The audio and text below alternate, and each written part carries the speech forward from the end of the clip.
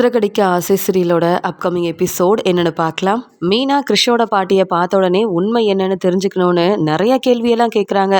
ஆனால் கிறிஷோட பாட்டி மீனாவுக்காகவும் முத்துவுக்காகவும் பெருசாக நம்ம எதுவும் செய்யலை, நன்றி மட்டும்தான் சொல்ல முடியும் அப்படின்னு நினச்சிட்டு, நான் நிறைய தப்பு செஞ்சிட்டேன், அதுக்கெல்லாம் என்னை நீங்களும் முத்துவும் மன்னிச்சிடணும், நான் மன்னிப்பு கேட்டதா உன் வீட்டுக்காரர் முத்துக்கிட்டேயும் சொல்லிடுமா, இனி என்னாலேயோ இல்லை கிறிஷாலேயோ உங்களுக்கு எந்த பிரச்சனையும் வராது, நீங்கள் எப்பயும் போல் சந்தோஷமாக உங்கள் வேலையை நீங்கள் பார்க்கலாம், உங்கள் நல்ல மனசுக்கு உங்களுக்கு எல்லாமே நல்லதாக தான் நடக்கும் அப்படின்னு தன்னுடைய ஊருக்கு இங்கே ரோகிணி சொன்ன மாதிரியே அவங்க ரோகிணியோட சித்தி வீட்டுக்கு கிளம்பி போயிடுறாங்க. இங்கே வந்து ரோகிணியோட அம்மா.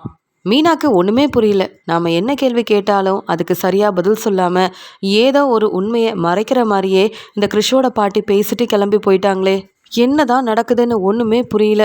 பாவம் கிறிஷாவது நல்லா இருந்தால் சரிதான் அப்படின்னு வீட்டுக்கு போன உடனே முத்துவை கூப்பிட்டு மீனா பார்த்த எல்லாத்தையுமே சொல்கிறாங்க.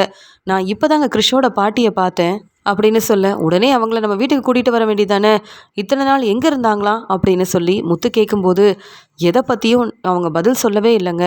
நான் கேட்ட கேள்விக்கு சரியாக பதில் சொல்லாமல் அவங்க எங்கேயோ கிளம்பி போயிட்டாங்கங்க. அது மட்டும் இல்லை, கிறிஷுவை வந்து அவங்க அம்மா கூட சேர்த்து வைக்கிறதுக்காக தான் யார்கிட்டேயும் சொல்லாமல் ஹாஸ்பிட்டல்லேருந்து நான் வந்து கிளம்பி போயிட்டேன், இனி என்னை யாரும் தேடவும் வேண்டாம், உங்கள் வழியில் நான் வரவும் மாட்டேன், இத்தனை நாள் நீங்கள் செஞ்ச உதவிக்கு நன்றி சொல்லிடுமா முத்துக்கிட்ட அப்படின்னு சொல்லிட்டு அவங்க எங்கே போகிறாங்கன்னு கூட தெரியாதுங்க, அப்படியே கிளம்பி போயிட்டாங்கன்னு சொல்லும்போது இதை பார்த்துட்டு இருந்த விஜயா நினைக்கிறாங்க, இதெல்லாம் இவங்களுக்கு தேவையா? ஆமாம்மா மீனா, அந்த அம்மா எங்கே இருந்தா உனக்கு என்ன, நான் கூட தான் அவங்கள பார்த்தேன், அதுக்குன்னு போய் பேசிகிட்டு இருந்தேன்னா வீட்டுக்கு கூட்டிகிட்டு வரணும்னு நினச்சினா, நமக்கு இது தேவையில்லாத வேலை தானே, அதுவும் அந்த அம்மாவை பார்த்தாலே பேசணும்னு கூட எனக்கு தோணலை, பரவாயில்ல, அதான் செஞ்ச உதவிக்கு நன்றி சொல்லிட்டு கிளம்பி போயிட்டாங்கல்ல, இனி உங்கள் வேலையை பாருங்கள், இனி அந்த கிறிஷை பற்றியோ கிறிஷோட பாட்டியை பற்றியோ ஏன் அவன் குடும்பத்தை பற்றி நம்ம யாரும் கண்டுக்கவும் வேண்டாம், பேசவும் வேண்டாம், புரியுதா மீனா அப்படின்னு சொல்லும்போது முத்து சொல்கிறாங்க, என்னன்னு தெரியல, கிறிஷ் நம்ம வீட்டில் இருந்தப்போ ரொம்ப சந்தோஷமாக தான் இருந்தது, ஆனால் இப்போ பார்த்தியா மீனா, கிறிஷோட பாட்டி எதுக்காக நம்மக்கிட்ட சொல்லாமல் கிளம்பி போனாங்கன்னு தெரியல, கிறிஷோட அம்மா வந்து யார்கிட்டையும் சொல்லாமல் கிறிஷை ஏன் கூப்பிட்டு போனாங்கன்னு தெரியல, இப்படி நமக்கு தெரியாத நிறைய விஷயம் நடக்குது, ஆனால் ஏதோ ஒரு பெரிய உண்மை நமக்கு தெரியக்கூடாதுன்றதுக்காகவே யாரோ வேணும்னே இப்படியெல்லாம் செஞ்ச மாதிரியே இருக்குல்ல மீனா, பார்ப்போம் என்னைக்கா இருந்தாலும் அந்த உண்மை நமக்கு தெரியாமையா போயிட போகுது அப்படின்னு முத்து பேசிகிட்டு இருக்க ரோகிணி இதெல்லாம் கேட்டுட்டு திருன்னு முழிக்கிறாங்க. நல்ல வேலை இந்த மீனா எங்கள் அம்மாவை பார்த்துட்டேன்னு சொன்ன உடனே ரொம்பவே பதட்டமாக இருந்தேன், எப்படியோ எங்கள் அம்மா சித்தி வீட்டுக்கு கிளம்பி போயிட்டாங்க, எதுவும் என்னை பற்றி சொல்லலை, இப்போயாவது மீனா கிட்ட என்னை மாட்டி விடாமல் என் வாழ்க்கைக்காக என் அம்மா இந்த உதவியை செஞ்சுட்டுல கிளம்பி போயிருக்காங்க, அது வரைக்கும் ரொம்ப சந்தோஷம், இனி என் அம்மாவாலேயோ கிறிஷாலேயோ எனக்கு எந்த பிரச்சனையும் வராது, என்னை பற்றின உண்மையை முத்து மீனா 2 பேராலையும் கண்டிப்பாக கண்டுபிடிக்கவே முடியாது அப்படின்னு ரோகிணிக்கு ரொம்பவே நிம்மதியாக இருக்குது. ஆனால் மீனாக்கு என்னவோ கிறிஷோட வாழ்க்கையில் என்ன பிரச்சனை இருக்குது, அதை ஏன் நம்ம தெரிஞ்சுக்க கூடாதுன்னு கிறிஷோட பாட்டி நினைக்கிறாங்க அப்படின்னு ரொம்பவே குழப்பத்தில் இருக்கும்போது அண்ணாமலை சொல்கிறாங்க, மீனா அதான் அவங்க பேரனை பார்த்துக்கிறதுக்கு அங்கே கிறிஷோட அம்மா இருக்காங்கன்னு அந்த கிறிஷோட பாட்டியே தெளிவாக அவங்ககிட்ட பேசிட்டு போனதுக்கப்புறமா இந்த விஷயத்தை பற்றி நம்ம பெருசாக பேசிக்க வேண்டாம், கிறிஷ் நம்ம ஸ்கூலில் படிச்சுட்டு இருந்தாலோ இல்லை நம்ம வீட்டில் இருந்தாலோ அவனை நல்லபடியாக அக்கறையாக தான் பார்த்துக்கிட்டோம், இப்போ நம்ம மேலே கொஞ்சம் கூட அக்கறை இல்லாமல் நம்மக்கிட்ட சொல்லாமல் அந்த கிறிஷோட பாட்டியாக இருக்கட்டும் கிறிஷோட அம்மான்னு 2 பேரும் அவங்க விருப்பத்துக்கு என்னென்னவோ செய்கிறாங்க, இதை பற்றி இனி நம்ம இந்த வீட்டில் பேசவும் வேண்டாம், நம்ம வேலையை மட்டும் பார்ப்போமா அப்படின்னு சொல்லிட்டு அண்ணாமலையும் தன்னுடைய ரூமுக்கு போகிறாரு. முத்துவோட ஃப்ரெண்டு இங்கே செல்வமும் அவரோட சொந்தக்காரங்களும் பைக்கில் வரும்போது அந்த பக்கமாக வரதை அந்த பக்கமாக அருண் நிற்கிறத பார்த்துட்டு நம்ம அருணாச்சே அப்படின்னு சொல்லி செல்வம் சொல்ல, உடனே இங்கே செல்வத்தோட சொந்தக்காரர் சொல்கிறாரு, வேண்டாம் செல்வம், நம்ம இந்த பக்கமாக போகாமல் நம்ம வேறு வழியாக போகலாமே, அது மட்டும் இல்லை இந்த பக்கமாக போனால் நம்ம மாட்டிப்போம் அப்படின்னு சொல்ல, இல்லை அருண் யார் தெரியும்ல, இங்கே முத்துவால் தான் அருணுக்கும் சீதாவுக்கும் கல்யாணம் நடந்தது, நான் தான் முன்னாடி நின்று கல்யாணத்தை நடத்தி வச்சேன், அது மட்டும் இல்லாமல் இந்த அருண் திருந்தி இப்போ ரொம்ப நல்லவராயிட்டாரு, சொல்லப்போனால் நம்ம சொந்தக்காரங்கன்னு கூட வச்சுக்கலாம், என்னை பார்த்தா கண்டிப்பாக அருண் மதிப்பு மரியாதை கொடுத்து நல்லா பேசுவாரே தவிர்த்து எந்த பிரச்சனையும் வராது, நீ வா நான் கூப்பிட்டு போய் அருண்கிட்ட பேசுகிறேன் பாரேன் அப்படின்னு வேறு வழியில் போகாமல் தேவையில்லாமல் மாட்டிக்கிறதுக்காகவே தன்னுடைய சொந்தக்காரரையும் கூட்டிகிட்டு அந்த பக்கமாக போன செல்வம், அருண் எப்படி இருக்க, என்ன ஞாபகம் இருக்கா, அதான் முத்துவோட ஃப்ரெண்டு செல்வம், உன் கல்யாணத்தை முன்னாடி நின்று நடத்தி வச்சனே அப்படின்னு சொல்லி கேட்கும்போது, யாராக இருந்தா என்ன, முதல்ல இறங்கு, அந்த முத்து வேணும்னா உனக்கு ஃப்ரெண்டாக இருக்கலாம், ஆனால் அவன் சாதாரண கார் டிரைவர், அவன் பேரை சொல்லி என்கிட்ட இப்படி பேசிகிட்ருக்க, முதல்ல அருண் என்னை கூப்பிடாம மரியாதை கொடுத்து கூப்பிடு, நான் இப்போ வேலையில் இருக்கேன் புரியுதா அப்படின்னு சொன்ன உடனே தேவையில்லாமல் இங்கே வந்து என் சொந்தக்காரர் சொன்னதை கேட்காம இந்த பக்கமாக வந்து இந்த அருண் கிட்ட மாட்டிக்கிட்ட மாதிரிலாம் இருக்குது அப்படின்னு சொல்லும்போது, என்ன அருண் நீ இப்படிலாம் பேசுகிற? என்னதான் இருந்தாலும் நான் உனக்கு தெரிஞ்சவங்க தானேன்னு சொல்லும்போது, தெரிஞ்சவங்கன்னா உனக்கு நான் மதிப்பு கொடுக்கணுமா? நான் பார்க்குற வேலை என்ன? நீ இருக்கிற இடம் என்ன? தேவையில்லாமல் பேசிகிட்டு இருக்க. நீ பைக்கில் வரதெல்லாம் சரிதான். ஆனால் என்னென்ன செய்யணுமோ அதை செய்யலையே. அப்போ தப்பு தானே. முதல்ல இறங்கி கீழே நில்லு. அது மட்டும் இல்லை, கேட்குற கேள்விக்கு பதில் சொல்லு. நீ செஞ்ச தப்புக்கு உனக்கு கண்டிப்பாக பிரச்சனை வரதான் போகுது. அங்கே போய் நில்லு அப்படின்னு சொல்ல, என்ன அருண் நான் என்னவோ தெரியாதவன் மாதிரி பேசிகிட்டு இருக்கேன்னு சொல்ல, மறுபடியும் சொல்கிறேன், பேரை சொல்லி கூப்பிடாத. மதிப்பு மரியாதை கொடுத்தா மட்டும்தான் இங்கேருந்து நீ போக முடியும்னு சொல்லும்போது, நான் வேணும்னா முத்துவை வர வைக்கட்டுமான்னு கேட்க, அந்த முத்து தானே அவனையும் வர சொல்லு. அவன் எப்பயுமே வேலைக்குன்னு போகும்போது நல்லா ட்ரிங்க்ஸ் பண்ணிட்டு தானே போவான். அவனும் வரட்டும். உங்கள் 3 பேரையுமே நான் உள்ளே அனுப்பிடுறேன். பரவாயில்லல்ல. முத்துவை வர சொல்லு. அவன் மேலே ஏற்கனவே நான் கோவத்தில் தான் இருக்கேன். அவனையும் வசமாக மாட்டி விடணும்னு யோசிக்கிறேன். ஒன்னாலேயே அதெல்லாம் நடக்கட்டும் அப்படின்னு சொல்லும்போது, முத்து மேலே உள்ள கோவத்தில் செல்வம் மாட்டிக்கிட்டதால செல்வத்தையும் அவர் கூட வந்த அவரோட சொந்தக்காரரையும் வெளுத்து வாங்குறாரு இங்கே வந்து அருண். அது மட்டும் இல்லாமல் அங்கே கட்ட வேண்டிய பணத்தை கட்டிட்டு அதுக்கப்புறமா நீ கிளம்புன்னு சொல்லும்போது, என்னப்பா என்கிட்ட பணம் இல்லையே, அதுக்கப்புறம் எப்படி இங்கேருந்து கிளம்ப? சரி பேசாமல் முத்துவை தான் வர வைக்கணும் போல், வேறு வழி இல்லை. ஆனால் முத்துவுக்கு இப்படி அருண் செய்கிறான்னு தெரிஞ்சா முத்து ரொம்ப கோவப்படுவானே. ஏற்கனவே முத்துவுக்கும் இந்த அருணுக்கும் கொஞ்சம் கூட ஆகாது. நான் தான் இந்த அருண் வந்து மாறிட்டான் அப்படின்னு நினச்சி தேவையில்லாமல் பேச வந்தேன். நீ சொன்ன மாதிரியே நம்ம வேறு வழியில் போயிருந்தா இந்த அருண் கிட்ட இப்போ மாட்டியிருக்கவும் மாட்டோம். தேவையில்லாமல் முத்துவை வர வைக்க வேண்டிய அவசியமும் இருந்திருக்காது. அருண் என்னவோ ரொம்ப நல்லவன் மாதிரி பேசுகிறான். என்ன யாருன்னு தெரியாத மாதிரிலாம் பேசிகிட்டு இருக்கான். இவனெல்லாம் நம்பி நல்லவன்னு பேச வந்தது என்னுடைய தப்பு தான். வேறு வழியில் என்கிட்ட பணம் இல்லை. நான் முதல்ல முத்துக்கு ஃபோன் பண்ணி இங்கே வர வைக்கிறேன். முத்துக்கிட்ட பணத்தை வாங்கிட்டு உடனே இங்கேருந்து அனுப்பிடணும். இல்லைன்னா இந்த அருணுக்கும் முத்துவுக்கும் நிறைய பிரச்சனை வந்துடும்.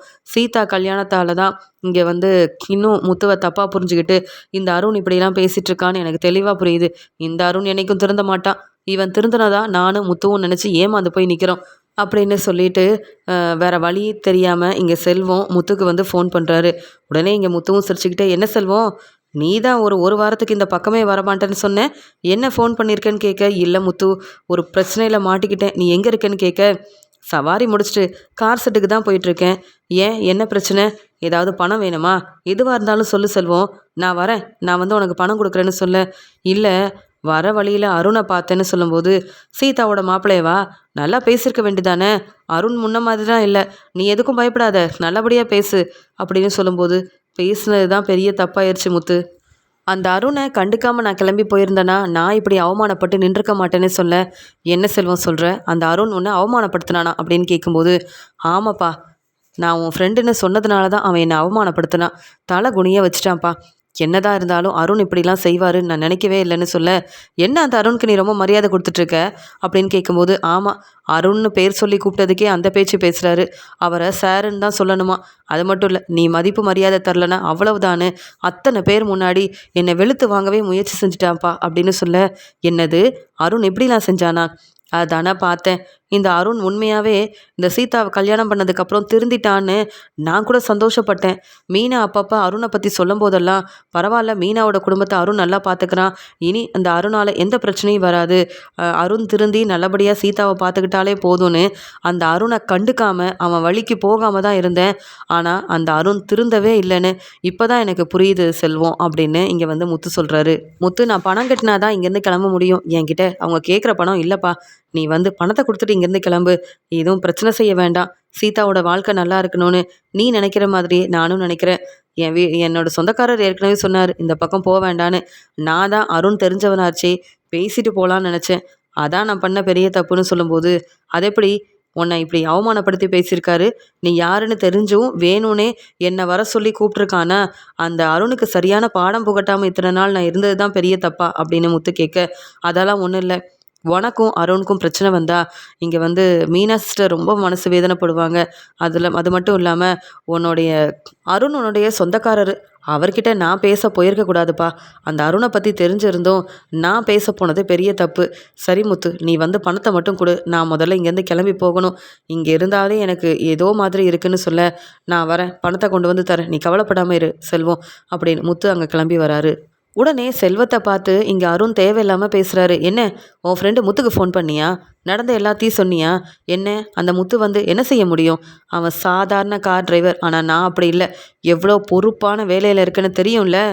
என்னால் என்ன வேணாலும் செய்ய முடியும். அந்த முத்து வந்தாலும் எனக்கு பிரச்சனை இல்லை. யாரை பார்த்தும் நான் பயப்பட மாட்டேன். வந்து சீக்கிரமாக பணத்தை கொடுத்துட்டு இங்கேருந்து கிளம்புங்கன்னு சொல்லும்போது, என் ஃப்ரெண்டு முத்து பணத்தை எடுத்துகிட்டு தான் சார் வரான். அவன் தருவான். அது வரைக்கும் கொஞ்சம் பொறுமையாக இருங்க. எனக்காக நீங்கள் முத்துவை தப்பாக பேசாதீங்க. அவன் நான் ரொம்ப நல்லவன்னு சொல்லும்போது, அதான் பார்த்தேனே. எனக்கு கல்யாணம் நடக்கும்போது கல்யாண மண்டபத்தில் நல்லா ட்ரிங்க்ஸ் பண்ணிட்டு வந்து எல்லார் முன்னாடியும் என்னை அவமானப்படுத்தணும்னு நினச்ச அந்த முத்து ரொம்ப நல்லவனா? அவன் என்னைக்கா இருந்தாலும் சாதாரண கார் டிரைவர் தான். ஆனால் நான் அப்படி கிடையாது. அவனுக்கு யார்கிட்ட எப்படி பேசணும், எங்கே யாருக்கு மரியாதை கொடுக்கணும்னு கொஞ்சம் கூட தெரியாது. ஆனால் நான் அப்படி இல்லை. அதனால தான் அந்த முத்துவை என்றைக்குமே நான் மன்னிக்க போகிறதும் இல்லை.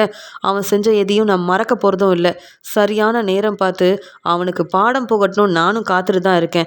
வரட்டும், இன்னைக்கு அந்த முத்து என்ன பேசுகிறான்னு நான் பார்க்குறேன் அப்படின்னு சொல்லிட்டு அங்கே தன்னுடைய வேலையை பார்த்துட்ருக்காரு அருண். உடனே இங்கே செல்வத்தோட சொந்தக்காரர் சொல்கிறாரு, நான் தான் சொன்னல மச்சான், பேசாமல் இங்கேருந்து கிளம்பிடலான்னு. நீங்கள் தான் வேண்டாம், முத்துக்கு தெரிஞ்சவருன்னு சொல்லி பேச வந்தீங்க. இப்போ பாருங்கள், என்னையும் உங்களையும் வெளுத்து வாங்கிட்டு இருக்காரு இந்த ஆள். இவர் யார் மச்சான்னு சொல்லும்போது, இந்த சீதா கல்யாணத்தில் நடந்த எல்லாத்தையும் சொல்லி இங்கே முத்துவுக்கும் இவருக்கும் என்ன சம்மந்தம் எல்லாத்தையுமே சொல்லிட்டு இருக்காரு. அந்த சமயம் அங்கே முத்துவும் வந்துடுறாங்க. செல்வம், என்னாச்சு செல்வம் அப்படின்னு கேட்க, அதெல்லாம் ஒன்றும் இல்லை, நீ பணத்தை கொடுத்துட்டு இங்கேருந்து கிளம்பு, அதுக்கப்புறம் அந்த பணத்தை நானே உனக்கு அனுப்பி வச்சிடுறேன் அப்படின்னு சொல்ல, அங்கே வந்து முத்து மெதுவாக அருணை பார்த்துட்டு, என்ன அருண் நல்லா இருக்கீங்களான்னு கேட்க, நல்லா இருக்கேன் நல்லா இருக்கேன். உன் ஃப்ரெண்டை கூட்டிகிட்டு போக வந்தியா? பணத்தை கட்டிட்டு கூட்டிகிட்டு போகலாம் அப்படின்ற மாதிரி சொல்லும்போது, என்ன என் ஃப்ரெண்டுன்னு சொல்கிறீங்க? இவன் உங்கள் கல்யாணத்துக்கு எவ்வளோ பெரிய உதவியெல்லாம் செஞ்சுருக்கான்னு சொல்லும்போது, தெரியுமே நீங்கள் 2 பேரும் எவ்வளோ பெரிய உதவியெல்லாம் செஞ்சீங்கன்னு. உங்கள் 2 பேர்த்துக்கும் மதிப்பு மரியாதை கொடுக்க வேண்டிய அவசியம் எனக்கு இல்லை. இப்போ நான் என் வேலையை செஞ்சிட்ருக்கேன். இப்போ நீ யாரோ நான் யாரோ புரியுதுல்ல? உன் வேலையை பார்த்துட்டு கிளம்பி போயிட்டே இரு. தேவையில்லாமல் ஏதாவது உன் ஃப்ரெண்டுக்கு சப்போர்ட் பண்ணுறேன்னு வந்து நீ அவமானப்பட்டு நிற்காத. அப்புறம் உன் ஃப்ரெண்டையும் பார்க்க மாட்டேன், நீ என் சொந்தக்காரனும் பார்க்க மாட்டேன் அப்படின்னு பேசின உடனே இங்கே முத்து சிரிச்சுக்கிட்டே, நீ வேலையில் இருக்கிறதுனால நீ என்னெல்லாம் செய்ய முடியுமோ செய்கிற. ஆனால் நான் ரொம்ப பொறுமையாக தான் இருப்பேன். முன்ன மாதிரிலாம் கோவப்பட மாட்டேன். ஏன்னா சீதாவோட வீட்டுக்காரர் ஆயிட்டியே, அதனால் உனக்கு மதிப்பு மரியாதை கொடுக்கணும்னு நான் நினச்சேன். நீ திருந்திருப்பேன்னு நினச்சேன். நீ திருந்தவே இல்லை. யாரையும் மதிக்க மாட்டேன். பரவாயில்ல, என் ஃப்ரெண்டுக்காக தான் வந்தேன். செல்வம், இந்த பணத்தை கொடுத்துட்டு நீ முதல்ல இங்கேருந்து கிளம்பு அப்படின்னு செல்வத்துக்கு உதவி செஞ்சு அங்கேருந்து செல்வத்தை முதல்ல அனுப்பிட்டு இங்கே அருணை பார்த்து முறைச்சிக்கிட்டே முத்து நினைக்கிறாரு, உனக்கு பெரிய பொறுப்பான வேலையில் இருக்க, அதனால் யாரை வேணாலும் என்ன வேணாலும் பேசுகிறான்னு. சொந்தக்காரங்களாக இருந்து கூட அவங்களுக்கு மதிப்பு மரியாதை தராமல் சாதாரண கார் டிரைவர் தானே நீ அப்படின்னு பேசினல, உனக்கு இருக்குது. உன்னை நான் சும்மா விட்டுருவேன்னா என்ன? இந்த வேலை இருக்கிறதுனால தானே என்ன வேணாலும் செய்யலான்னு என்னை அவமானப்படுத்துகிற. இந்த வேலை இல்லைன்னா அதுக்கப்புறம் நீயும் என்ன மாதிரி தானே, யார்கிட்டையும் இப்படி பேச மாட்டல்ல. உனக்கு பாடம் புகட்டணும்னா நீ இந்த மாதிரி பொறுப்பான வேலையில் இருக்கவே கூடாது. நீ பேசுகிற பேச்சுக்கு நல்லா அனுபவிப்ப அருண் அப்படின்னு சொல்லிட்டு அருண் பிரச்சனை செய்யணும்னு நினச்சா கூட முத்து அதுக்கு இடம் கொடுக்காம சிரித்து பேசிட்டு அங்கேருந்து கிளம்பிடுறாரு. உடனே அருண் யோசிக்கிறாரு, என்ன இந்த முத்து வந்தாலே பிரச்சனை செய்வான், அதுவும் நம்ம பேசுகிற பேச்சுக்கு தேவையில்லாமல் பிரச்சனை செஞ்சால் அவனை போலீஸில் மாட்டி விடலான்னு நினச்சா முத்து என்ன சாதாரணமாக வந்து பேசிட்டு இங்கேருந்து கிளம்பி போயிட்டான். நாம் நினச்சது ஒன்று நடந்தது ஒன்றால இருக்குது. இந்த முத்துவால் பிரச்சனை வரும், உடனே முத்துவை மாட்டி விடலான்னு நினச்சனே. ஆனால் இவனால் எந்த பிரச்சனையும் வரல. பார்ப்போம் இந்த முத்து அப்படி பெருசாக என்ன தான் செய்ய போகிறான்னு பார்ப்போம் அப்படின்னு சொல்லிட்டு அருண் யோசிக்க, அருணோட ஃப்ரெண்டு சொல்கிறாரு, என்ன அருண், எல்லார்கிட்டேயும் நல்லா தானே பேசுவ. யாராவது உங்ககிட்ட மாட்டினா அவங்கக்கிட்டேருந்து எப்படியாவது பணத்தை வாங்கணும்னு நினப்பேன். ஆனால் இந்த செல்வம் பணம் கொடுக்குறேன்னு சொன்னாலும் உன்னை உள்ளே அனுப்பிடுவேன், முத்துவை வர சொல்லுன்னு சொன்னியே, என்ன ஆச்சு உனக்கு? உனக்கு பணம் தானே முக்கியம். யாராவது பிரச்சனையில் மாட்டிக்கிட்டாங்கன்னா முதல்ல அவங்கக்கிட்டேருந்து பணத்தை வாங்கணும்னு நீ சம்பாதிக்கணும் தானே நினப்ப. அதுக்கு தானே இந்த வேலைக்கே வந்த. அப்புறம் என்ன முத்துக்கிட்ட வந்து இந்த மாதிரிலாம் பேசிகிட்டு இருந்தேன்னு சொல்ல. அந்த முத்துவை எனக்கு பிடிக்காதுன்னு உனக்கு தெரியும்ல. அவனை அவமானப்படுத்தணுன்றதுக்காக தான் செல்வத்தை திட்டி முத்துவை இங்கே வர வச்சேன். ஆனால் முத்துவால் பிரச்சனை வரும்னு எதிர்பார்த்தேன். அந்த முத்து வந்து சிரித்து பேசிட்டு அப்படியே கிளம்பிட்டான். இதெல்லாம் நான் எதிர்பார்க்கவே இல்லை. முத்து திருந்திட்டான் போல. அவனால் என்னை எதுவுமே செய்ய முடியாதுன்னு முத்துக்கு தெரிய வந்துருச்சு போல. அதனால தான் பயந்துட்டான். அவன் இங்கேருந்து கிளம்பி போயிட்டான் அப்படின்னு சொல்லி சிரிச்சுக்கிட்டே நிற்கிறாரு அருண். இங்கே செல்வம் கண் கலங்கிக்கிட்டே முத்துக்கிட்ட நன்றி சொல்கிறாரு, மன்னிப்பும் கேட்குறாரு. என்னை மன்னிச்சிருப்பா முத்து, நீயே சவாரிக்கு போயிட்டு வர, மாடியில் ரூம் கட்டணும்னு ஆசையாக கொஞ்சம் கொஞ்சமாக பணத்தை சேர்த்து வச்சுட்டு வந்தேன். நான் தான் தேவையில்லாமல் அருண்கிட்ட பேச போகிறேன்னு சொல்லி த இந்த பணத்தை வீண் செலவு செய்ய வச்சுட்டேன். எப்படியாவது அந்த பணத்தை திருப்பி கொடுத்துட்றேன் முத்து அப்படின்னு சொல்ல, என்ன செல்வம் நீ என் ஃப்ரெண்டு, எனக்கு எவ்வளோ உதவி செஞ்சுருக்க, நான் அந்த உதவியெல்லாம் மறக்க மாட்டேன். என்ன சீதாவோட வீட்டுக்காரர் அருண் திருந்திட்டான், குடும்பத்தை நல்லா பார்த்துக்கிறான்னு நினச்சேன். இன்னும் அவனுக்கு என் மேலே இருக்கிற கோவம் போகலை. அதனால தான் உன்னை அவமானப்படுத்துகிற மாதிரி என்னை வர வச்சு என்னையும் ஏதாவது பிரச்சனையில் மாட்டி விடணும்னு நினச்சிருப்பான். ஏன் எனக்கு தான் ரொம்ப கோவம் வரும்னு உனக்கு தெரியுமே. அவன் என்ன பேசினாலும் கோவமாக பேசி பிரச்சனை செய்வேன், உடனே போலீஸை வர வச்சு மாட்டி விடலாம்னு நினச்சிருப்பான். ஆனால் நான் தான் சிரிச்சுக்கிட்டே அங்கேருந்து கிளம்பி வந்துட்டேன்னா அவனால் ஒன்றும் செய்ய முடியல. கேட்டால் நான் பெரிய வேலையில் இருக்கேன், பொறுப்பான வேலையில் இருக்கேன்னு அந்த அருண் அந்த பேச்சு பேசுகிறான்ல, சாதாரண கார் டிரைவர்னு என்னை சொல்லி சொல்லி அவமானப்படுத்துகிறான்ல, அதுக்காகவே அந்த அருணை நான் சும்மா விட மாட்டேன். அவன்கிட்ட எதுக்கு நான் பிரச்சனை செய்யணும்? அவனை எப்படி மாட்டி விடணுமோ மாட்டி விட்டு, இந்த பொறுப்பான வேலை அந்த அருணுக்கு இல்லாமல் ஆயிடுச்சுன்னா அப்புறம் தெரியும்ல. கிடைச்சிருக்க இந்த பொறுப்பான வேலையோட அருமை பெருமை தெரியாமல் என்ன வேணாலும் செய்யலாம்னு நினைக்கிற இந்த அருண்லாம் முன்னேறவும் கூடாது. இதன் மூலமாக அவனுக்கு வருமானம் வரவே கூடாது. இவனுக்கு சொல்லப்போனால் இந்த வேலைலாம் இருக்கவே கூடாது. அதனால் நீ கவலைப்படாத, எனக்கெல்லாம் எந்த பிரச்சனையும் வராது. தப்பு செஞ்ச அருணுக்கு தான் பிரச்சனை வரப்போகுதுன்னு சொல்ல, வேண்டாம் முத்து, நீ எதுலேயும் மாட்டிக்க கூடாது. இப்போ தான் கொஞ்சம் கொஞ்சமாக நல்லபடியாக முன்னேறிட்டு இருக்க. 2 கார் மூலமாக வருமானம் வருது. மீனா சிஸ்டரும் நல்லா சம்பாதிக்கிறாங்க. என்னால் உனக்கு பிரச்சனை வந்த மாதிரி இருக்கக்கூடாதுப்பா அப்படின்னு சொல்லும்போது, செல்வம் உனக்காக நான் என்ன வேணாலும் செய்வேன். அதே மாதிரி சீதா வாழ்க்கையில் இந்த திருந்தாத அருணால் கண்டிப்பாக பிரச்சனை வரும். மற்ற எல்லாரையும் நம்ப வைக்கணும், நல்ல பேர் வாங்கணுன்றதுக்காக என் மாமியார் குடும்பத்துக்கு உதவி செய்கிற மாதிரி இந்த அருண் நடிச்சிட்ருக்கான். உண்மையாகவே இந்த அருண் மனசு மாறல. சொல்லப்போனால் நான் என் மாமியாருக்கு பணம் கொடுக்கறத கூட வாங்கக்கூடாதுன்ற அளவு அவன் கொண்டு வரானா, என்னையும் என் மாமியார் குடும்பத்தையும் பிரிக்கணுன்றதுக்காக அந்த அருண் இப்படி திட்டம் போடுறான்னு எனக்கு ரொம்ப தெளிவாக புரியுது. ஆனால் என்ன, அருண் திருந்தி என் மாமியார் குடும்பத்தை நல்லா பார்த்துக்கணும்னு நான் நினைக்கிறேன். அதுக்காக நான் என்ன வேணாலும் செய்வேன். நீ சந்தோஷமாக உன்னுடைய வேறு வேலையை பாரு, நான் பார்த்துக்கிறேன். அந்த அருணுக்கு என்ன செய்யணுமோ என்ன செய்யணும்னு எனக்கு நல்லா தெரியும் அப்படின்னு சொல்லிட்டு முத்து செல்வத்துக்கிட்ட பேசிட்டு அங்கேருந்து கிளம்பி போகிறாரு. அருண் வசமாக மாட்டிக்கணும். இதன் மூலமாக அருணை பற்றி எல்லாருக்கும் தெரியணும். இந்த வேலை அருணுக்கு இருக்கவே கூடாது.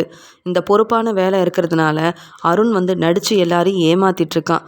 இதில் வேற அருணுக்கு பெரிய இன்னும் பெரிய பொறுப்பான வேலையெல்லாம் தரதா வேற இருக்கிறதா தானே. கோயிலுக்கெலாம் போயிட்டு வந்தாங்க. எதுவுமே இந்த அருணுக்கு கிடைக்கக்கூடாது. இவன் எப்படிப்பட்டவன்னு போலீஸ் எல்லாருக்குமே தெரியணும். அப்போ தான் இவனுக்கு தர இருக்கிற பொறுப்பான வேலையவும் அவங்க தரமாட்டாங்க அப்படின்னு சொல்லிட்டு யாருக்கும் தெரியாமல் முத்து அங்கே அருண் வேலை பார்க்குற இடத்துக்கு போகிறாரு. அது மட்டும் இல்லாமல் அங்கே வரவங்க கிட்ட தேவையில்லாமல் பேசி அருண் யாருக்கும் தெரியாமல் நிறைய பணத்தெல்லாம் வாங்குறாரு. அதெல்லாம் தப்புன்னு தெரிஞ்சிருந்தே அருண் நல்லா சம்பாதிக்கணுன்றதுக்காக இந்த வேலையை வச்சு ஒவ்வொருத்தரையும் ஏமாற்றி பணம் வாங்குறத முத்து கவனிக்கிறாரு. இதுதான் இந்த அருணுக்கு வேலை. ஏற்கனவே நல்ல வருமானம் வருது. அதை வச்சு சந்தோஷமாக சீதாவை பார்த்துக்காம இங்கே இந்த பக்கம் வரவங்க போகிறவங்கன்னு எல்லாரையும் இங்கே நிற்க சொல்லி அவங்கக்கிட்ட தேவையில்லாமல் பேசி பிரச்சனை செஞ்சு அதன் மூலமாகவும் இந்த அருண் ஒரு வருமானம் பார்க்கணுன்னு நினைக்கிறான். என்னவோ என்னுடைய வேலையில் நான் ரொம்ப நேர்மையாக இருக்கேன், உண்மையாக இருக்கேன் அப்படின்னு ஏமாத்திட்டுருக்க அருண் இப்படி தான் சம்பாதிக்கிறானா? இதெல்லாம் அங்கே போலீஸ்க்கு தெரிஞ்சால் அருணோட வேலை என்னாகும்னு தெரியாமல் இவ்வளோ வேலை செஞ்சிட்ருக்கான் இந்த அருண். இவனுக்கு பாடம் புகட்ட இதுதான் சரியான வழி. இதுக்கு மேலே நம்ம ஒன்றும் செய்ய முடியாது. என்னெல்லாம் இந்த அருண் செய்கிறான்னு நம்மளும் ஆதாரமாக எடுத்து வைப்போமே அப்படின்னு சொல்லிட்டு அங்கே போன முத்து எப்படியாவது அருணை வசமாக மாட்டி விடணும். இந்த வேலை அருணுக்கு இருக்கக்கூடாது.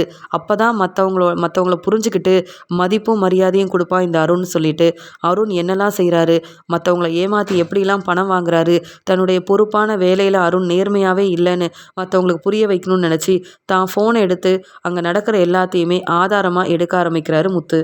முத்து இதெல்லாம் செய்கிறாருன்னு தெரியாத அருண் எப்பயும் போல் நான் ரொம்ப நேர்மையாக இருக்கேன், என் வேலையில் நான் உண்மையை மட்டும்தான் பேசுவேன் அப்படின்னு சொல்லிட்டு பணத்து மேலே உள்ள ஆசையில் வர எல்லார்கிட்டேயுமே ஏமாற்றி என்னென்னவோ பேசி அவங்க தப்பு செஞ்சதாக சொல்லி பணம் வாங்குகிற எல்லாத்தையுமே முத்து ஆதாரமாக எடுத்து வைக்கிறாரு.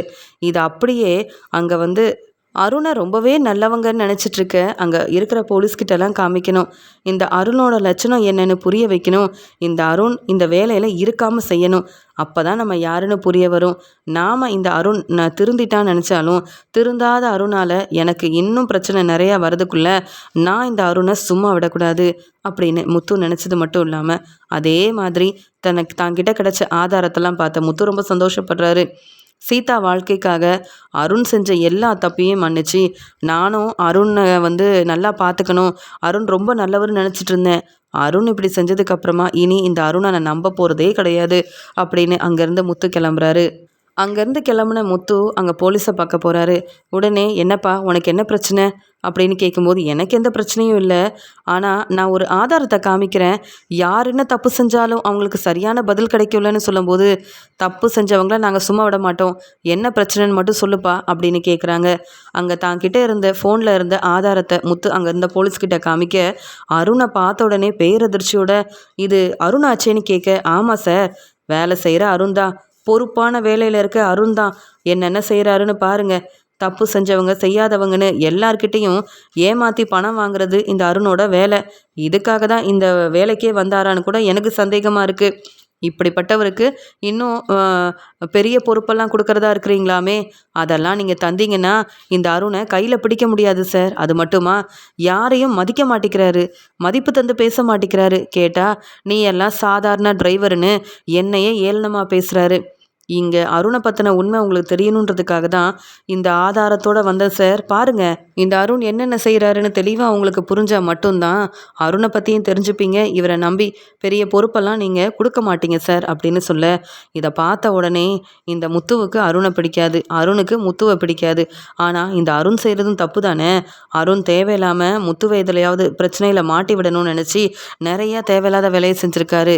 ஆனால் இப்போ முத்துக்கிட்ட அருண் வசமாக மாட்டிக்கிட்டாரா? தேவையா இந்த அருணுக்கு?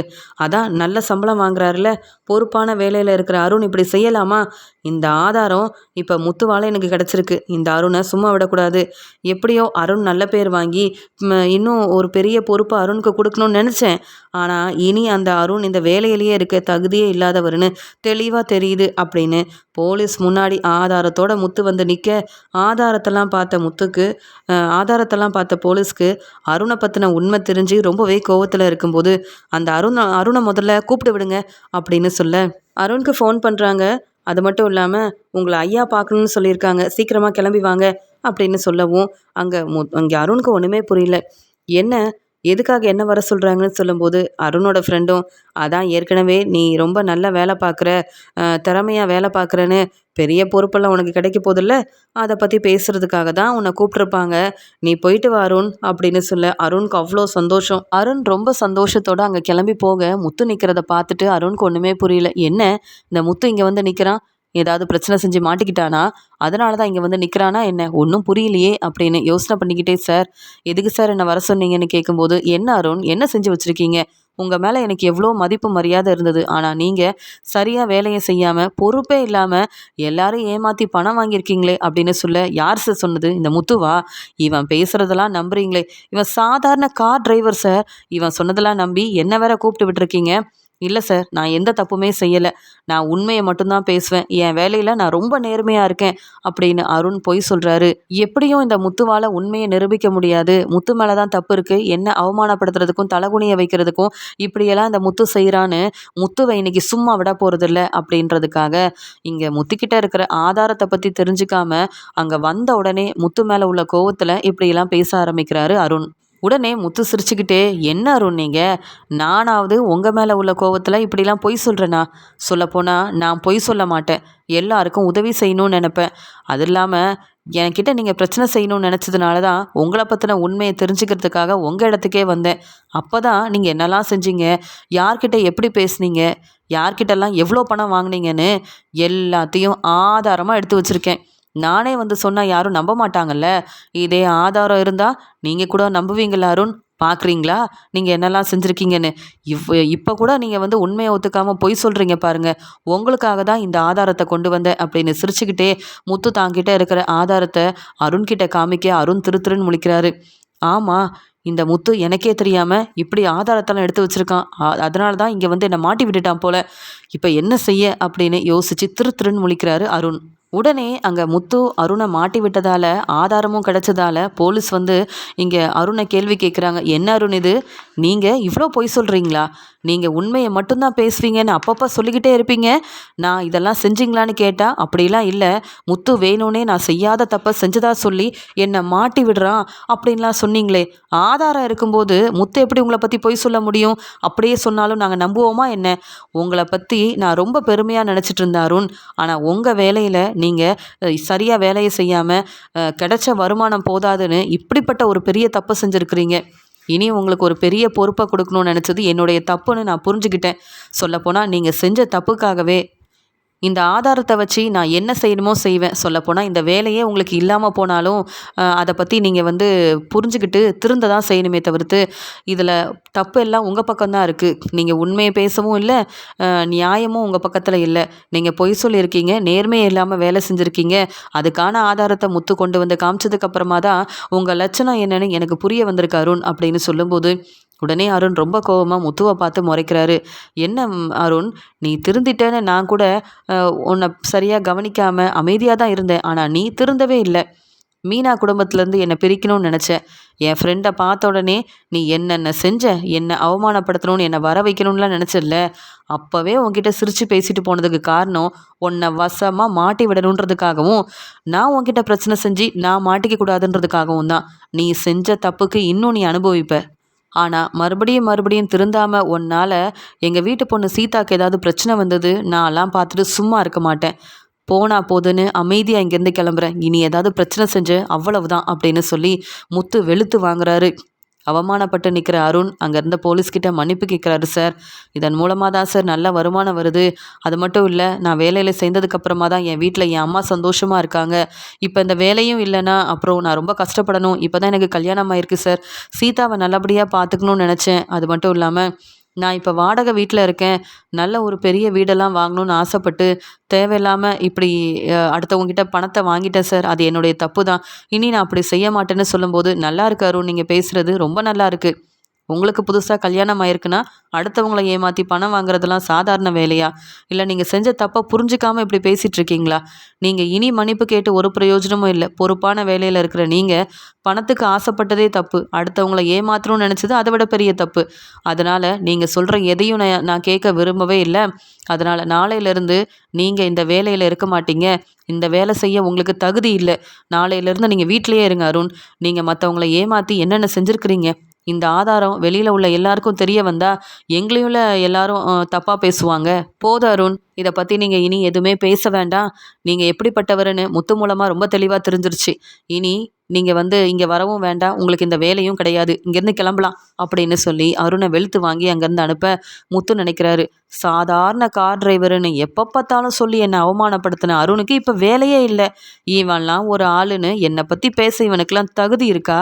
அதனால தான் யோசிச்சு நான் பிரச்சனை செய்யக்கூடாதுன்னு சரியாக இந்த அருணை வசமாக மாட்டி விட்டுட்டேன். இனி அவன் வேலையை பார்ப்பான்ல. இனி என் பிரச்சனைக்குன்னு அந்த அருண் வரட்டும், அப்புறம் தெரியும் இந்த முத்து யாருன்னு அப்படின்னு வசமாக அருணை மாட்டி விட்டது மட்டும் இல்லாமல் அருணுக்கு பாடம் புகட்டுறதுக்காக ஆதாரத்தோடு வந்த முத்துவால் இங்கே வந்து அருணுக்கு வேலையே இல்லாமல் முத்து உடனே சந்தோஷமாக அங்கேருந்து கிளம்புறாரு. முத்து அங்கேருந்து வெளியில் வந்த உடனே அருணை பார்த்து சிரிச்சுக்கிட்டே, நான் சாதாரண கார் டிரைவர் தான், ஆனால் இப்போ உனக்கு அந்த வேலை கூட கிடைக்காது போலையே. அப்படிப்பட்ட பெரிய பெரிய வேலையெல்லாம் செஞ்சு வசமாக மாட்டிக்கிட்டியா? இனி யாரையும் ஏளனமாக பேசணுன்ற எண்ணம் உனக்கெல்லாம் வரவே கூடாது. புரிஞ்சு நடந்துக்க. நான் கிளம்புறேன் என் வீட்டுக்கு, எனக்கு வேலை இருக்குப்பா அப்படின்னு சொல்லிட்டு அங்கேருந்து முத்துவும் சந்தோஷமாக கிளம்புறாரு. வீட்டுக்கு வந்த உடனே முத்து, மீனா இன்னைக்கு என்னெல்லாம் நடந்துச்சு தெரியுமா? அந்த அருண் என்ன செஞ்சாரு தெரியுமா? அப்படின்னு நடந்த எல்லாத்தையுமே மீனா கிட்ட சொல்லி அந்த அருண் செஞ்சதுக்கு சரியாக வசமாக போலீஸ்கிட்ட மாட்டி விட்டுட்டேன் தெரியுமா அப்படின்னு சொல்லும்போது, என்னங்க செஞ்சு வச்சுருக்கீங்க? உங்களுக்கு எதுக்குங்க இந்த தேவையில்லாத வேலை? இதெல்லாம் சீதாவுக்கும் என் அம்மாவுக்கும் தெரிஞ்சால் எவ்வளோ மனசு வேதனைப்படுவாங்க. அதுலேயும் அந்த அருண் ரொம்ப நல்லவருங்க அப்படின்னு சொல்லும்போது, யார் அந்த அருணா? இப்போ கூட ரொம்ப நல்லவன்னு நீ நினச்சிட்டு இருக்கியா? எல்லாரையும் ஏமாற்றி பணம் வாங்கிட்டு இருக்கான். கேட்டால் பெரிய பொறுப்பான வேலையில் இருக்கேன்னு அருண் சொல்கிறான். நல்ல வேலையில இருக்க அருண் கிடைக்கிற சம்பளத்த வச்சு குடும்பத்த பார்த்துக்காம, இன்னும் பெரிய வீடெல்லாம் வாங்கணும்னு ஆசைப்பட்டு அடுத்தவங்கள ஏமாத்தி பணம் வாங்குறதெல்லாம் தப்பு தானே! அத நான் புரிய வைக்கணும்னு நெனச்சேன். அது மட்டுமா, என் ஃப்ரெண்டு செல்வத்த கூப்ட்டு வச்சு அவமானப்படுத்தினதுக்கு, நானும் இந்த அருண சும்மா விடக்கூடாதுன்னு தான் நெனச்சேன். ஏதாவது செய்யணும்னு நெனச்சேன். அதுக்கேத்த மாரியே அருண் வசமா மாட்டிக்கிட்டாரு. அதனால தான் ஆதாரத்தோட வந்து அருண் எப்படிப்பட்டவர்ன்னு அங்க எல்லாருக்கும் புரிய வைக்க, அருணுக்கு இப்ப வேலையே இல்லன்னு சொல்லி அனுப்பிட்டாங்க. இதுக்கு நான் ஒண்ணும் செய்ய முடியாது. நான் உண்மைய மட்டும் தான் பேசினேன். ஆனா பொய் சொல்லி ஏமாத்துன அருணுக்கு சரியான பதில் கிடைச்சிருச்சு அப்படின்னு முத்து வந்து சொல்லும்போது, என்னங்க சொல்றீங்கன்னு கேட்க, ஆமா மீனா செய்கிற தப்பெல்லாம் செஞ்சுட்டு செல்வம் வந்து நல்லபடியா பேசினப்ப புரிஞ்சுக்காம அ முத்து என்னையும் செல்வத்தையும் அவமானப்படுத்தணும்னு திட்டம் போட்ட அருணுக்கு பாடம் புகட்டுறது சரிதானே? அதனால தான் இப்படி செஞ்சேன்னு சொல்லும்போது, அப்ப அந்த அருண் மாறவே இல்லையாங்க? திருந்தவே இல்லையாங்க?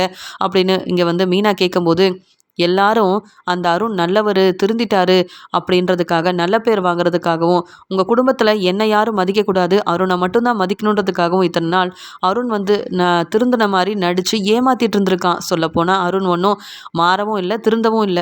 அப்படின்னு இங்க முத்து அருண பத்தின உண்மைய மீனா கிட்ட சொன்ன உடனே மீனாக்கு கோவம் வருது. என்னங்க இது? எப்ப பார்த்தாலும் உங்கள சாதாரண கார் டிரைவர்ன்னு அந்த அருண் எதுக்காக அப்படிலாம் பேசணும்? நம்மள ஏளனமா பேசி தலகுனிய வைக்கணும்னு நெனச்சா அந்த அருணுக்கு இப்படி தானே நடக்கும். நீங்க எந்த தப்பும் செய்யலங்க. நீங்க சரியான பாடம் புகட்டியிருக்கீங்க அப்படின்னு சொல்லும்போது சீதா ஃபோன் பண்றாங்க. சீதா ஃபோன் பண்ணி மீனா கிட்ட கேட்குறாங்க, அக்கா என்னக்கா முத்து மாமா இவ்வளோ பெரிய பிரச்சனை செய்ய, இங்கே அருணுக்கே வேலை இல்லைன்னு சொல்லி அனுப்பிட்டாங்களாம். அருண் அப்படிலாம் தப்பு செய்ய மாட்டாரு. ஏன்க்கா முத்து மாமா அப்படி செஞ்சாரு அப்படின்னு சீதா அழுகுறாங்க. சீதா, முதல்ல நீ நம்ம வீட்டுக்கு வா. நானும் அம்மாவை பார்க்க வரேன். உனக்கு நான் தெளிவாக புரிய வைக்கிறேன். ஃபோன்லலாம் பேச முடியாது அப்படின்னு ஃபோனை வச்சிடுறாங்க மீனா ரொம்ப கோவமாக பேசிட்டு. இங்கே முத்துவை கூட்டிட்டு மீனா சந்திரா வீட்டுக்கு போகிறாங்க. அதே மாதிரி அருணை கூட்டிட்டு இங்கே சீதாவும் சந்திரா வீட்டுக்கு வராங்க. இங்க சந்திரா முத்துவ பார்த்த உடனே, "என்ன மாப்ள, நீங்க நம்ம குடும்பத்துக்கு நல்லது மட்டும் தான் செய்வீங்க. ஆனா அருணோட விஷயத்துல இப்படி செஞ்சிருக்கலாமா நீங்க? பாவம் சீதா வந்ததுலேருந்து அழுதுகிட்டே இருக்கான்னு" சொல்ல மீனா பேசுறாங்க. "யாரும்மா இந்த அருண் நல்லவருன்னு அவருக்கு சப்போர்ட் பண்றீங்களா? இந்த அருண் ஒன்றும் அவ்வளோ நல்லவன்லாம் இல்ல. இங்க தான் வாழ்க்கை நல்லா இருக்கணும், சீதாக்காக சம்பாதிக்கிற பணம் பத்தாதுன்னு வந்தவங்க தப்பே செய்யலனாலும் அவங்கள ஏமாத்தி பணம் வாங்கியிருக்காரு. இந்த ஆதாரத்த பாருங்க." "என்ன அருண், மறுபடியும் என் வீட்டுக்காரர் மேல தப்பு இருக்குன்ற மாரியே சீதா கிட்ட பேசியிருக்கீங்க போல. நாங்க ஒண்ணும் வேணும்னே உங்கள அவமானப்படுத்தல. நீங்க தான் என் வீட்டுக்காரர் சாதாரண கார் டிரைவர்ன்னு எல்லார்கிட்டயும் சொல்லி அவமானப்படுத்துறீங்க. ஆனா நாங்க செய்யற வேலைய நாங்க வந்து மதிக்கிறோங்க. நீங்க என்ன சொன்னாலும் பரவால்ல. நாங்க என்னைக்கும் அவமானப்பட்டு நிக்க போறதே கிடையாது. தப்பு செஞ்ச நீங்க அ பெரிய தப்பு பண்ணியிருக்கீங்கன்னு புரிஞ்சுக்கிட்டு தானே வேலையிலேருந்து அனுப்பிட்டாங்க. அத ஏன் நீங்க சீதா கிட்ட சொல்லாம எங்கள பத்தி தப்பா பேசுறீங்க?" அப்படின்னு ஏற்கனவே முத்துவோட ஃபோன்ல இருந்த ஆதாரத்த அங்க சந்திரா கிட்டயும் சீதா கிட்டயும் காமிக்க, இங்க வந்து அருண பத்தி எல்லாரும் புரிஞ்சுக்கிறாங்க. உடனே அருண், "இல்ல சீதா, நான் எந்த தப்பும் செய்யல சீதான்னு" சொல்லும்போது, "போதும் போதும், நீங்க நடிச்சு ஏமாத்தாதீங்க. என் அக்கா மீனாவும் என் மாமா முத்துவும் கண்டிப்பா பொய் சொல்ல மாட்டாங்கன்னு அப்பவே சொன்னேன். அப்போ கூட முத்து மேல தப்பு இருக்குன்னு நீங்க தானே சொன்னீங்க.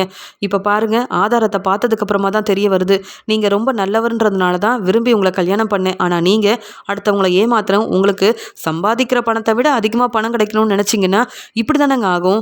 என் முத்து மாமா நேர்மையா இருப்பாரு. அவர் பொய் சொல்ல மாட்டாரு. நீங்க அடுத்தவங்கள கொஞ்சம் கூட மதிக்காம பேசுறீங்களே! என் முத்து மாமா சாதாரண கார் டிரைவர் தான். உங்கள மாரி யாரையும் ஏமாத்த மாட்டாரு, பொய் சொல்ல மாட்டாரு. என் மாமாவ பத்தியோ, இங்க மீனாக்காவ பத்தி ஏதாவது தப்பா பேசுனீங்கன்னா, என் வீட்டுக்காரர்ன்னு கூட பார்க்க மாட்டேன்." அப்படின்னு சீதா அருண வெளுத்து வாங்குறாங்க. உடனே மீனா சொல்றாங்க, "அருண், இனியாவது திருந்தி உங்க வேலைய பாருங்க. இப்ப உங்களுக்கு வேலையே இல்லனாலும், நீங்க அ முடிஞ்ச வேலைய செஞ்சு குடும்பத்த நல்லபடியா பார்த்துக்கங்க. அத விட்டுட்டு என் வீட்டுக்காரர ஏளனமா பேசி, அதுல சந்தோஷப்படலாம்னு நெனச்சீங்கன்னா, இந்த நெலைம தான் உங்களுக்கு வரும். என் வீட்டுக்காரர் முத்துவ பத்தி எனக்கு தெரியும். நீங்கலாம் என்னைக்கும் முத்து மாதிரி வர முடியாது. என் வீட்ல உள்ளவங்க எங்களுக்கு தர வேண்டிய மதிப்பு மரியாதைய தரதான் செய்வாங்க. உங்கள மாரி நெறையா பணம் குடுத்து பாசமா பேசுற மாரிலாம் நடிச்சு எங்களால ஏமாத்த தெரியாதுங்க. நீங்க ஏமாத்தி தான் இப்ப இந்த நிலைமையில இருக்கீங்க. இப்ப புரிஞ்சுக்கிட்டீங்களா எல்லாரும் இந்த அருண் எப்படிப்பட்டவருன்னு? என் வீட்டுக்காரர் தப்பு செய்யல. தப்பு செஞ்ச அருண் தான் இப்படி இன்னும் குடும்பத்துல உள்ளவங்களையும் ஏமாத்திட்டு இருக்காரு. திருந்துங்க அருண் அப்படின்னு சொல்லிட்டு, "வாங்க போலாம். நமக்கு இந்த அருண் கிட்ட என்னங்க பேச்சு இருக்கு?" அப்படின்னு முத்துவும் மீனாவும் அங்க வந்து அருண வெளுத்து வாங்கிட்டு, சீதாவுக்கும் சந்திராவுக்கும் உண்மைய புரிய வச்சுட்டு அங்கருந்து கிளம்பி வராங்க. அருண் யோசிக்கிறாரு. ஏற்கனவே வேலை இல்லாமல் அவமானப்பட்டு அங்கேருந்து வந்திருக்கேன். இப்போ சீதாவுக்கும் என் மாமியாருக்கும் என்னை பற்றின உண்மையை ஆதாரத்தோட மீனா சொன்னது மட்டும் இல்லாமல் என்னை அந்த பேச்சு பேசிட்டு முத்துவை பெருமையாக பேசிட்டு கூட்டிகிட்டு போயிட்டாங்களே, எப்படி நான் இவங்களெல்லாம் பார்க்க முடியும், என்னன்னு பேச முடியும் அப்படின்னு இங்கே சந்திரா முன்னாடியும் சீதா முன்னாடியும் தலை குனிஞ்சு நிற்கிறாரு அருண். உடனே சந்திரா சொல்கிறாங்க, மாப்பிள்ளை நீங்கள் இப்போ வந்தவர், எங்களை சந்தோஷமாக பார்த்துக்கணும்னு நினைக்கிறதெல்லாம் சரிதான். அதுக்குன்னு இப்படி மற்றவங்கள ஏமாற்றி பணம் வாங்கணும்னு நீங்கள் நினச்சிருக்கிறீங்களே, இந்த எண்ணம் என்றைக்கும் எங்கள் முத்து மாப்பிள்ளைக்கு வந்ததில்லை. சொல்லப்போனால் முத்து மாப்பிள்ளை எங்கள் குடும்பத்தை ரொம்ப நல்லா பார்த்துக்கிட்டாங்க. ஆனால் அவர் எந்த தப்பும் செஞ்சதில்லை. நீங்கள் தப்புக்கு மேலே தப்பு செஞ்சு மற்றவங்கள ஏமாற்றி எங்களையும் ரொம்பவே தலைகுனிய வச்சிட்டீங்க. இப்படி நீங்கள் செய்வீங்கன்னு நான்லாம் எதிர்பார்க்கவே இல்லை. சீதா, உன் மாப்பிள்ளை அருணை கூப்பிட்டு முதல்ல இங்கேருந்து கிளம்பு. இங்கெல்லாம் நீங்கள் 2 பேரும் இனி வரவே வேண்டாம். அருண் ரொம்பவே நல்லவர்னு நினச்சி நீ கல்யாணம் பண்ண. மற்றவங்கள ஏமாத்துற மாதிரி சீதா உன்னையும் இந்த அருண் ஏமாத்திராம நீ கொஞ்சம் கவனமாகவே இரு. இப்போ உன் வீட்டுக்காரரை கூப்பிட்டு இங்கேருந்து கிளம்பு அப்படின்னு முத்து மூலமாக சந்திராவுக்கு உண்மை தெரிஞ்ச உடனே அருணை வெளுத்து வாங்கி அங்கே தன்னுடைய வீட்டில இருந்து வெளியில் போக சொல்லிடுறாங்க சந்திரா. சந்திரா இப்படி பேசின பேச்சால் இந்த முத்துவும் மீனாவும் எல்லா இடத்துலையும் நம்மளை தலை குனிய வைக்கிறாங்களே, இந்த முத்துவை தான் அவமானப்படுத்தணும், முத்து எல்லார் முன்னாடியும் தலை குனிஞ்சு நிற்கணும்னு நினச்சி நான் ஒரு யோசனையோடு இருந்தால் இந்த முத்து என்னை மாட்டி விட்டு இப்போ எனக்கு வேலையும் இல்லை, வீட்டில் உள்ள யாரும் என்னை மதிக்க மாட்டேங்கிறாங்க, இது எல்லாத்துக்கும் காரணம் முத்து தான் அப்படின்னு அவமானப்பட்டு எதுவுமே பதில் பேச முடியாம சந்திரா வீட்ல இருந்து கிளம்பி வராரு அருண். மீனா, சீதா, சந்திரான்னு அருணோட உண்மையான குணத்தை புரிஞ்சுக்கிட்டு அருண் மேல ரொம்பவே கோவத்துல இருந்தாலும் முத்து எப்பயுமே பொய் சொல்லாம எல்லாருக்கும் நல்லது மட்டுமே செஞ்சு அருணை பத்தின உண்மை எல்லாருக்கும் புரியிற மாதிரி செஞ்சதால முத்துவை நினைச்சு மீனா ரொம்பவே பெருமைப்படுறாங்க. மீனா ரொம்பவே சந்தோஷப்படுறாங்க.